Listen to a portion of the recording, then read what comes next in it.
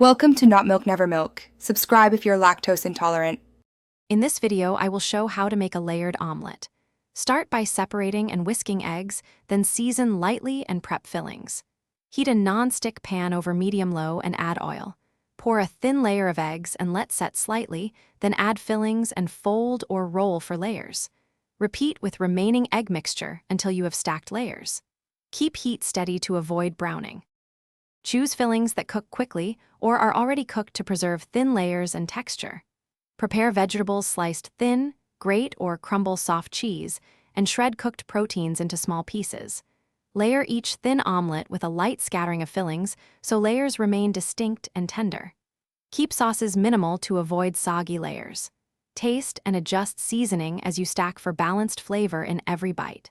Control is key when building a layered omelet, so work patiently and keep temperatures low. Pour thin egg layers, let them set but stay tender, then add fillings and fold or roll carefully. Use a soft spatula and steady hands to transfer layers without breaking them. If layers become too dry, brush with a bit of butter or oil between layers. Rest the finished omelet briefly to let flavors meld. Thanks for watching. If this was helpful, leave a like and consider subscribing. See you next time.